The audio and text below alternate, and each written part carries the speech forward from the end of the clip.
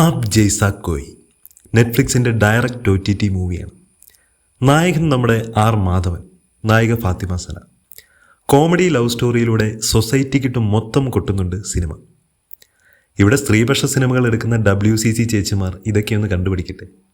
ഒരു പക്ഷം മാത്രം സംസാരിക്കാതെ പുരോഗമനം വാദിക്കാതെ നല്ല രീതിയിൽ എങ്ങനെ അവതരിപ്പിക്കാമെന്ന് ഇത് കണ്ടറിയാം. ജന്മനാ സിംഗിളും സ്വല്പം അമ്മാവൻ മൈൻഡ് സെറ്റുമുള്ള നായകന് 40-ാം വയസ്സിലൊരു ലവ് റിലേഷൻ ഉണ്ടാവുന്നതും പിന്നീടുണ്ടാവുന്ന തിരിച്ചറിവുകളുമാണ് ഈ സിനിമ. നമ്മൾ ചോക്ലേറ്റ് റൊമാൻറ്റിക് സ്റ്റാറായി കണ്ട മാധവൻ റൊമാൻസ് അറിയാതെ, ലവ് അറിയാതെ, കോൺഫിഡൻസ് ഇല്ലാതെയൊക്കെ നിൽക്കുന്നത് നല്ലൊരു പുതുമയായിരുന്നു. ആ ഇൻട്രോവേർട്ട് ക്യാരക്ടറിനെ നന്നായി ചെയ്തിട്ടുമുണ്ട് മാധവൻ. വളരെ നിഷ്കളങ്കമായി സീരിയസ് ആയി ചോദിക്കുന്ന പല ചോദ്യങ്ങളും നമ്മളെ ചിരിപ്പിക്കും, പിന്നെ ഒന്നുകൂടി നോക്കുമ്പോൾ ചിന്തിപ്പിക്കും.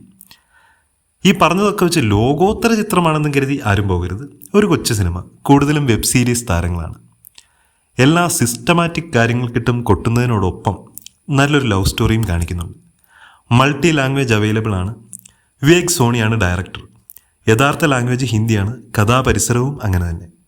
വലിയ കുഴപ്പമില്ലാത്ത സോങ്സും ഉണ്ട്. പുതിയ സിനിമകൾ നോക്കിയിരിക്കുന്നവർക്ക് കണ്ടു നോക്കുകയും നമ്മളിൽ എവിടെയെങ്കിലും ഒരു മാധവൻ ഒളിഞ്ഞിരിപ്പുണ്ടോ എന്നുമൊക്കെ നോക്കാവുന്നതാണ്.